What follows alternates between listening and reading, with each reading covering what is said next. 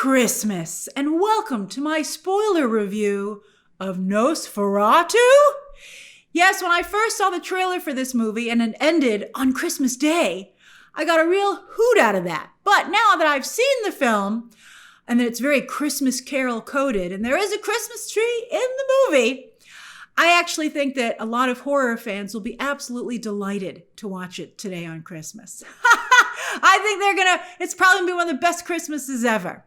But also, don't forget that between Christmas and New Year, your tree is still up. So you want that Christmas vibe, but you can have a little more fun with it. You can be a little more naughty. You can push the edge of the envelope, right? And so I think Nosferatu is perfectly positioned. And I really admire Focus Features for taking a Robert Eggers movie and giving it the big movie treatment. Not just a $50 million budget to work with, but the release on IMAX and Dolby. Not all day, only at night, late at night, which is perfect. The images on Fandango when a seat is taken, I love it. The sarcophaguses that have been shipped out to a couple of movie theater lobbies. They even have a popcorn bucket. And you know what's the coolest? That the movie lives up to that hype. That it actually delivers and feels like a cinematic event. That's very cool. All right, so we're talking spoilers. First off, I want to talk about my two favorite sequences in the film.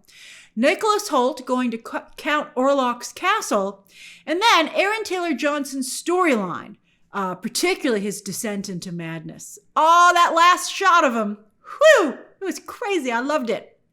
So, as for Thomas Hutter, this was an elaborate extended sequence that I loved. The movie took its time, and I couldn't have appreciated it more.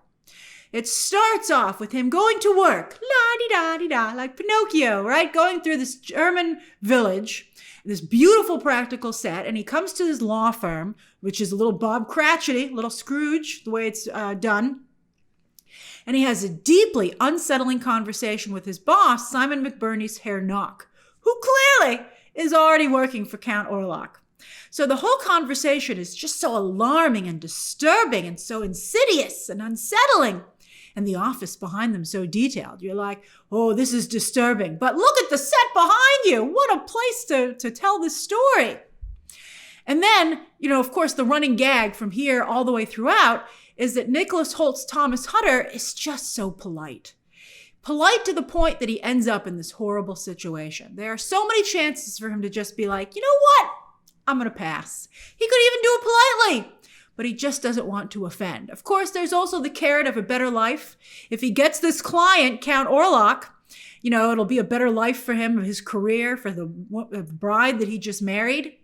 And so there's that, of course, but I really think there was a strong focus on politeness, which calls to mind the recent film and remake, Speak No Evil, where the victims are simply too polite to act on all the very obvious red flags. And that's the point, actually, that movie makes, which I think is brilliant. And I think this movie kind of makes it too.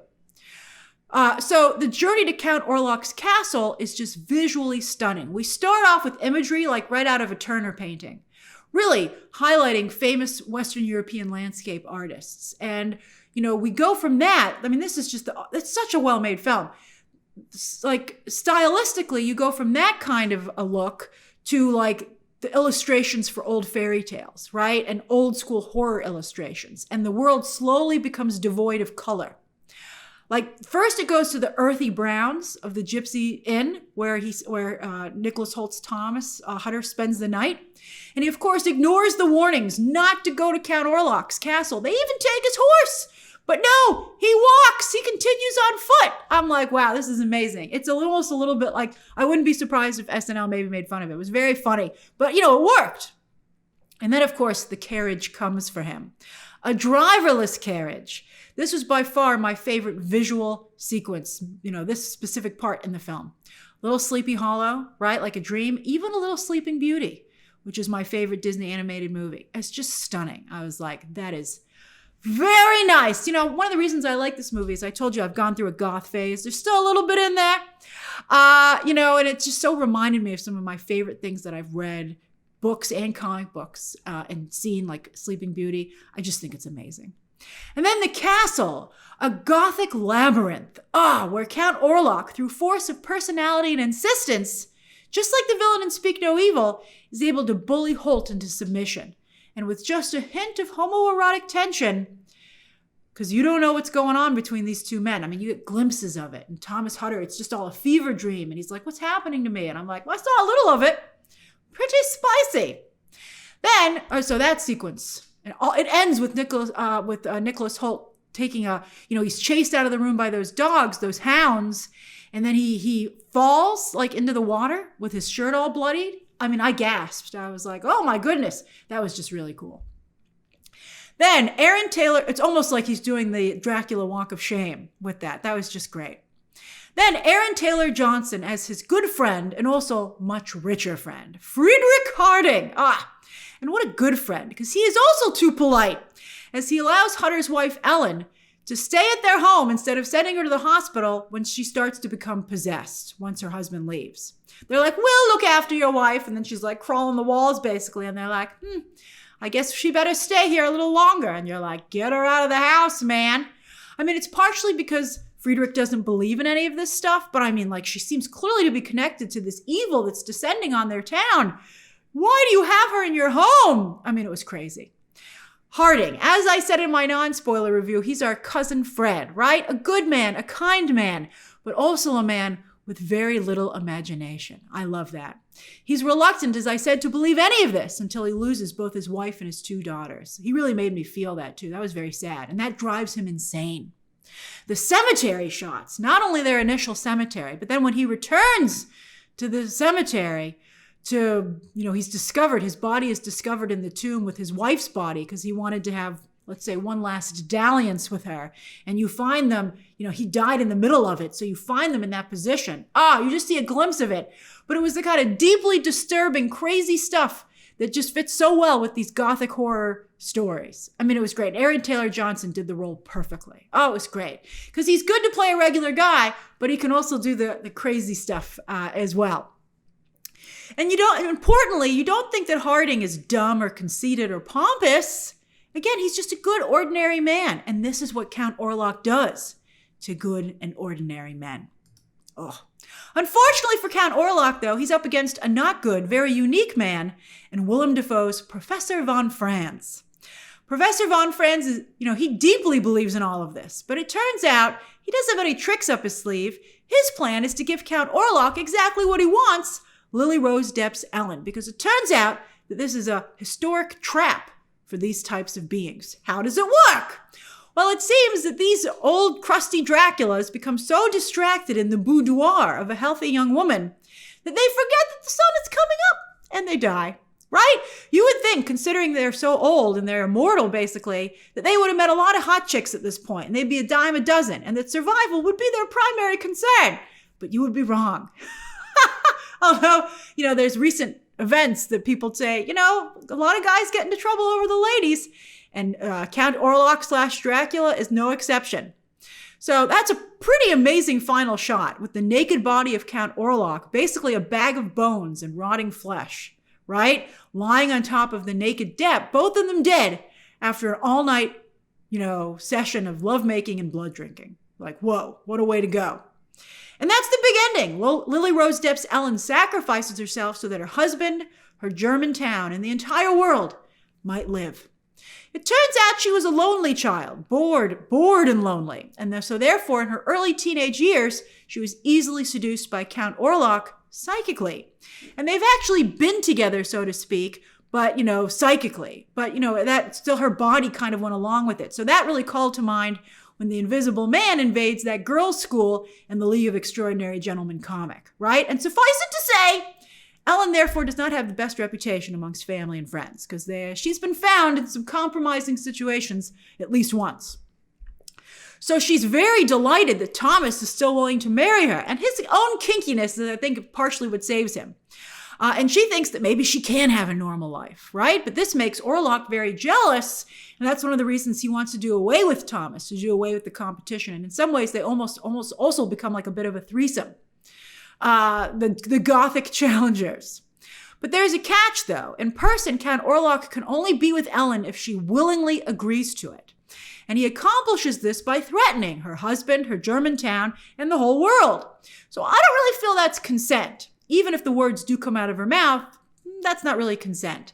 I would have preferred the movie to explore toxic relationships and how people do consent because of the psychological aspects to it. This was just a flat out threat. And it played more like a naughty old man's fantasy. But again, it's as I said in my non-spoiler review, this is a Victorian, style film, and that's very Victorian, so I'll allow it.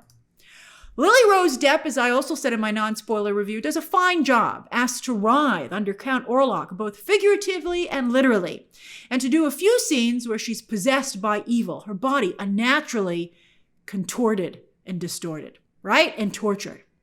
At one point, when Thomas is like, maybe we should call a doctor, my audience laughed at the absurdity of it. Like, what's a doctor going to do, man? And I think the movie is intentionally absurd, which is one of the things that also makes it fun. Like also when they were in bed together, Ellen and Count Orlok, and she was like caressing his crusty head. You're like, wow, she's an amazing actress. All right. Both inside and I guess, Ellen might be a better actress than Lily Rose Depp. You were like, this is crazy, man. So also there's one scene where Ellen, possessed, taunts Thomas and says he'll never satisfy her the way Count Orlok has. And in the heat of the moment, he decides to try and prove her wrong. And that was, let's just say, a very effective scene as well. Now, the movie isn't all out risque. A lot of the elements that we're talking about here, as you know, if you've seen the movie, are, hinted at or partially hidden. And that's why I think particularly it feels like an illustration or a comic book, because it just gives you the idea. I know very much like Alan Moore's work in particular, as I said, it lets your imagination finish the sentence. And so that really, it's very hypnotic. It really pulls you in. It makes you an active participant in the film. Now let's talk about Bill Skarsgard. And I think it's quite telling that in a movie about Dracula, we're only getting to him now. Now, in my non-spoiler review, I controversially, it seems, said that Skarsgard blended in with the movie too much and that he was less a character in the film and almost more of an inanimate object in it. Now, one could counter that is, as a malevolent force, that's what you want. And what more could an actor ask than to blend in, literally blend in with the film? Well, that I can't highlight a single scene where I think Orlok really stands out, again, I think is very telling. And that the character never really makes a strong impression. I think that is a big issue. I mean, I love the movie. I love it as it is, but perhaps it would have been even stronger if it had a true villain. In many ways, Orlok never even needed to show up. And as for Skarsgard blending in, I think a better way for me to explain my problem with it is to say that I think that a number of actors could have delivered this. It doesn't feel particularly unique or have a flourish that Skarsgard brings to the role. It's not like you were so good I thought you were another actor. Because I didn't think he was another brilliant actor. I thought he was another middle-of-the-road actor. So I think that's, a big issue. If I had to say, I would say that his best scene as Orlok was when he was making small talk with Thomas in his castle about securing the lease for a new home in Germany. And he says, now we're neighbors. I mean, it's a funny line. Gotta laugh. But I think it wasn't really even the delivery of the line that worked. It was... Robert Eggers wrote it and it was delivered exactly the way that he wanted. And again, you might be like, well, isn't that great? But I think that an actor, again, is a partner to a director and a writer, and they would bring something of their own to the sequence. And I don't think that Skarsgård he just gives such a literal interpretation of what exactly Robert Eggers wants. And so I'm sure Robert Eggers is very happy, and I do like the movie, but I don't really think Bill Skarsgård brought anything himself to the situation. Did Simon McBurney really bite off the head of a pigeon? It sure looked like he did. That was nuts. Wow. And I appreciated Ralph Ineson's performance as a man of science who is not easily fazed. And they tried to faze him, boy. But he was also smart enough to understand that there are things in the world he might not understand. And it's his idea to go to Dafoe, a professor, who he used to have. Although they seem the same age to me. He was like, oh, hey, professor. And I was like, you guys look the same age. Then, of course, another element that really stands out in the film is all the rats. I haven't seen that many practical rats in a movie since Indiana Jones and the Last Crusade. And it not only is very effective from a shock value standpoint, but it really gives you an idea of what it must have actually been like in Europe with the plague, which was indeed spread by rats. I was like, wow, you have a real rat problem. I will be forever impressed that Robert Eggers was able to make a movie that so perfectly captures so many of the dark Gothic comic books and illustrations that I have so enjoyed. I mean, that was just amazing. And that he not only has that element, but it's intellectual as well, and that he's able to layer in works from a similar time period, from Dracula, the original novel, to A Christmas Carol, and then, of course, even the landscape artists of the time, and also illustrations. I mean, it's just really impressive.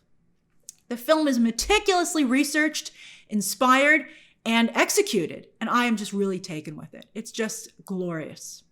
So now that you've seen the film, what is your take on Bill Skarsgård's performance? What are your favorite moments from the characters to the visuals? And do you have any issues with the film?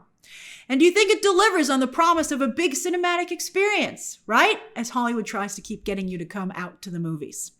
All right, and did you see it for Christmas? All right, share your thoughts down below, subscribe today, and of course, as always, you can check out some more videos right now.